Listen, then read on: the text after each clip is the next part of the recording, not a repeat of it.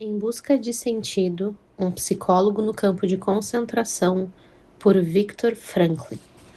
Contracapa. Nesta obra-prima, Viktor Frankl narra a experiência de um psicólogo no campo de concentração. Ele descreve como sentiu e observou a si mesmo e as demais pessoas e seu comportamento na situação limite do campo de extermínio nazista durante a Segunda Guerra Mundial.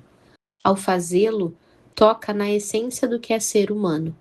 Usar a capacidade de transcender uma situação extremamente desumanizadora, manter a liberdade interior e, desta maneira, não renunciar ao sentido da vida, apesar dos pesares. Contendo dois apêndices em que o autor expõe os conceitos fundamentais da logoterapia e a tese do otimismo trágico, trata-se de um livro que, além de informativo, é comovente no melhor sentido desta palavra. Sobre o autor, Viktor Frankl, M.D. e Ph.D., viveu entre 1905 e 1997. É o fundador da logoterapia. Foi professor de neurologia e psiquiatria na Universidade de Viena e também professor de logoterapia na Universidade Internacional da Califórnia. Lecionou ainda nas universidades de Harvard, Stanford, Dallas e Pittsburgh. As muitas viagens de conferências para as quais recebeu o convite de mais de 200 outras universidades levaram Franklin a muitos países de todos os continentes, inclusive ao Brasil, onde esteve em 1984. Seus 39 livros foram publicados em mais de 50 idiomas. Seu livro Em Busca de Sentido teve milhões de cópias vendidas e foi listado entre os 10 livros mais influentes dos Estados Unidos da América. Prefácio à edição norte-americana de 1984. O escritor e psiquiatra Viktor Frankl costuma perguntar a seus pacientes que estão sofrendo muitos tormentos, grandes e pequenos: por que não opta pelo suicídio? É a partir das respostas a essa pergunta que ele encontra, frequentemente, as linhas centrais da psicoterapia a ser usada. Num caso, a pessoa agarra-se ao amor pelos filhos, em outro, há um talento para ser usado, e num terceiro caso, velhas recordações que merecem ser preservadas. Tecer esses débeis filamentos de uma vida arruinada para construir com eles um padrão firme, com sentido e responsabilidade, esse é o objetivo e o desafio da logoterapia, uma versão da moderna análise existencial elaborada pelo próprio Dr. Frankl. Neste livro, o Dr. Frankl descreve a experiência que o levou à descoberta da logoterapia. Prisioneiro durante longo tempo em campos de concentração, onde seres humanos eram tratados de modo pior do que se fossem animais, ele se viu reduzido à existência nua e crua. O pai, a mãe, o irmão e a esposa de Viktor Frankl morreram nos campos de concentração ou em crematórios, e exceto por uma irmã, toda a sua família morreu nos campos de concentração. Como foi que ele, tendo perdido tudo que era seu, com todos os seus valores destruídos, sofrendo fome, frio e grande brutalidade, esperando a cada momento a sua exterminação final, conseguiu encarar a vida como algo que valia a pena preservar? Um psiquiatra que passou pessoalmente por tamanha experiência certamente tem algo a nos dizer. Ele, mais do que ninguém, pode ser capaz de ver a nossa condição humana com sabedoria e compaixão. As palavras do Dr. Franklin têm um acento profundamente honesto, porque estão baseadas em experiências tão profundas que impedem qualquer distorção. O que ele tem a dizer ganha em prestígio devido à sua atual posição na Faculdade de Medicina da Universidade de Viena e por causa do renome das clínicas logoterapêuticas que hoje estão funcionando em muitos países, segundo o padrão da famosa Policlínica Neurológica de Viktor Frankl, fundada em Viena. É impossível evitar a comparação entre os enfoques terapêuticos e teóricos de Franklin e o trabalho de seu predecessor, Freud. Os dois médicos se preocuparam basicamente com a natureza e a cura das neuroses. Freud encontra a raiz dessas desordens angustiantes na ansiedade causada por motivos inconsistentes e conflitantes. Franklin distingue várias formas de neurose e atribui a alguma delas, as neuroses noogênicas, a incapacidade de encontrar um sentido e um senso de responsabilidade em sua existência. Freud acentua as frustrações da vida sexual, Franklin a frustração da vontade de sentido. Na Europa, hoje, há uma forte tendência a um distanciamento de Freud e uma aproximação da análise existencial que assume várias formas, entre elas a escola da logoterapia. Franklin não repudia a postura de Freud, e isso é típico da sua atitude muito tolerante, mas constrói seu trabalho de bom grado sobre as contribuições freudianas. Tampouco ataca as outras formas de terapia existencial, mas aceita com satisfação o parentesco da logoterapia com elas. Essa narrativa, embora breve, é muito bem construída e atraente. Por 2 vezes eu a li sem levantar uma vez só da poltrona, incapaz de me afastar do fascínio de suas palavras. Em algum momento, depois da metade da história, o Dr. Franklin introduz sua própria filosofia da logoterapia, mas o faz de modo tão suave ao longo da narrativa que só depois de terminar a leitura é que o leitor percebe que trata-se de um profundo ensaio, e não apenas de uma história sobre as brutalidades dos campos de concentração. O leitor pode aprender muito com esse fragmento autobiográfico.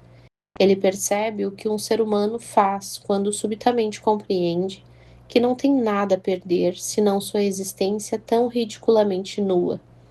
Franklin faz uma cativante descrição do misto de emoção e apatia. Primeiro surge uma fria e distante curiosidade de saber o próprio destino. Depois surgem estratégias de preservação do que resta da vida, apesar das chances de sobreviver serem pequenas. Fome, humilhação, medo e profunda raiva das injustiças são dominadas graças às imagens sempre presentes de pessoas amadas, graças ao sentimento religioso, a um amargo senso de humor e até mesmo graças às visões curativas de beleza naturais, como uma árvore ou um pôr do sol. Esses momentos de conforto, contudo, não estabelecem o desejo de viver, a menos que ajudem o prisioneiro a ver um sentido maior no seu sofrimento aparentemente destituído de significado.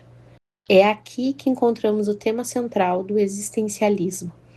A vida é sofrimento e sobreviver é encontrar sentido nesta dor.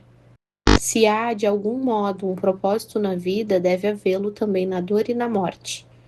Mas pessoa alguma pode dizer a outra o que é esse propósito. Cada um deve descobri-lo por si mesmo e aceitar a responsabilidade que sua resposta implica. Se tiver êxito, continuará a crescer apesar de todas as indignidades.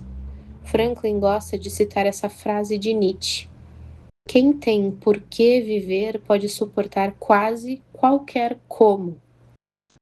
No campo de concentração, todas as circunstâncias conspiram para fazer o prisioneiro perder seu controle. Todos os objetivos comuns da vida estão desfeitos. A única coisa que sobrou é a última liberdade humana, a capacidade de escolher a atitude pessoal que se assume diante de determinado conjunto de circunstâncias. Essa liberdade última, reconhecida pelos antigos estoicos e pelos modernos existencialistas, assume um vívido significado na história de Franklin. Os prisioneiros eram apenas cidadãos comuns, mas alguns, pelo menos, comprovaram a capacidade humana de erguer-se acima de seu destino externo ao optar por serem dignos do seu sofrimento. Naturalmente, o autor, como psicoterapeuta, deseja saber como se pode ajudar as pessoas a alcançar essa capacidade exclusiva dos humanos. Como se pode despertar num paciente o sentimento de que é responsável por algo perante a vida, por mais duras que sejam as circunstâncias. Franklin nos dá um emocionante relato de uma sessão terapêutica que teve com seus companheiros de prisão. Respondendo a um pedido do editor, o Dr. Franklin acrescentou à sua autobiografia uma exposição breve, mas bem clara, dos pontos básicos da logoterapia. Até agora, a maior parte das publicações desta terceira escola vienense de psicoterapia, lembrando que as anteriores são de Freud e Adler, tem aparecido em alemão. Assim, o leitor gostará de ter um texto adicional de Franklin complementando sua narrativa pessoal. Ao contrário de muitos existencialistas europeus, Franklin não é nem pessimista nem antirreligioso. Ao contrário, Para um escritor que enfrenta com coragem a ubiquidade do sofrimento e das forças do mal, ele assume uma visão surpreendentemente positiva da capacidade humana de transcender sua situação difícil e descobrir uma adequada verdade orientadora. Recomendo sinceramente este pequeno livro, porque é uma obra-prima de narrativa dramática focalizada nos mais profundos problemas humanos. Tem méritos literários e filosóficos e fornece uma estimulante introdução a um dos mais significativos movimentos psicológicos de nossos dias. Atenciosamente, Gordon W. Allport. Gordon W. Allport, ex-professor de psicologia de Harvard, é um dos maiores escritores e professores nesta área no hemisfério norte. Publicou numerosos livros sobre psicologia e foi editor-chefe do Jornal Social de Psicologia. Foi principalmente através do trabalho pioneiro do professor Allport que a importante teoria de Franklin foi introduzida nos Estados Unidos. Além disso, é em grande parte graças a ele que o interesse em torno da logoterapia tem crescido exponencialmente pelo país. Prefácio do autor. Este livro já viveu o suficiente para entrar na 73ª impressão em inglês, além de ter sido publicado em outras 19 línguas até aqui, 1984. Apenas as edições em inglês venderam mais de 2,5 milhões de exemplares. Esses são os fatos e é possível que eles sejam o motivo pelo qual os repórteres de jornais norte-americanos, e especialmente das emissoras de TV, começam suas entrevistas depois de listarem esses fatos com a seguinte exclamação: Dr. Franklin, seu livro se transformou num autêntico best-seller. Como você se sente com tamanho sucesso? Ao que costumo responder que, em primeiro lugar, vejo no status best-seller do meu livro não tanto uma conquista e realização de minha parte, como uma expressão da miséria dos nossos tempos. Se centenas de milhares de pessoas procuram um livro cujo título promete abordar o problema do sentido da vida, deve ser uma questão que está nos incomodando muito. Certamente, algo mais pode ter contribuído para o impacto do livro. Sua segunda parte teórica, Conceitos Fundamentais de Logoterapia, focaliza a lição que o leitor pode ter tirado da primeira parte, o relato de minha biografia, enquanto que esta serve como validação existencial de minhas teorias. Assim, as duas partes dão credibilidade uma à outra. Não tinha nada disso em mente quando escrevi o livro em 1945, e o fiz no espaço de tempo de 9 dias, com a firme determinação de ter o livro publicado anonimamente. Com efeito, a primeira impressão da versão original em alemão não mostra o meu nome na capa, apesar de, na última hora, eu haver finalmente cedido a meus amigos que estavam insistindo comigo para que deixasse o livro ser publicado com o meu nome pelo menos na página de rosto, onde vai o título. Inicialmente, no entanto, havia sido escrito com absoluta convicção de que, como uma obra anônima, nunca daria fama literária a seu autor. Havia querido simplesmente transmitir ao leitor, por meio de um exemplo concreto, que a vida tem um sentido potencial sob quaisquer circunstâncias, mesmo as mais miseráveis. E considerava que se a tese fosse demonstrada numa situação tão extrema como um campo de concentração, meu livro encontraria um público. Consequentemente, senti-me responsável pela tarefa de colocar no papel o que eu havia vivido. Pensava que poderia ser útil a pessoas que têm inclinação para o desespero. Parece-me algo ao mesmo tempo estranho e notável o fato de que entre as dúzias de livros que escrevi, precisamente este, que pretendia publicar anonimamente de modo que nunca fosse aquele a me dar uma reputação, se transformasse em tamanho sucesso. Em consequência, não canso de alertar meus alunos, tanto na Europa como nos Estados Unidos. Não busquem o sucesso. Não procurem o sucesso. Quanto mais o procurarem e o transformarem num alvo, mais vocês vão errar. Porque o sucesso, assim como a felicidade, não pode ser perseguido. Ele deve acontecer. E só tem lugar como efeito colateral de uma dedicação pessoal a uma causa maior do que a pessoa ou como subproduto da rendição pessoal a outro ser. A felicidade deve acontecer naturalmente, o mesmo ocorre com o sucesso. Vocês precisam deixá-lo acontecer, não se preocupando com ele. Quero que vocês escutem o que sua consciência diz que devem fazer e coloquem-no em prática da melhor maneira possível. E então vocês verão que a longo prazo estou dizendo, a longo prazo. O sucesso vai persegui-los precisamente porque vocês esqueceram-se de pensar nele.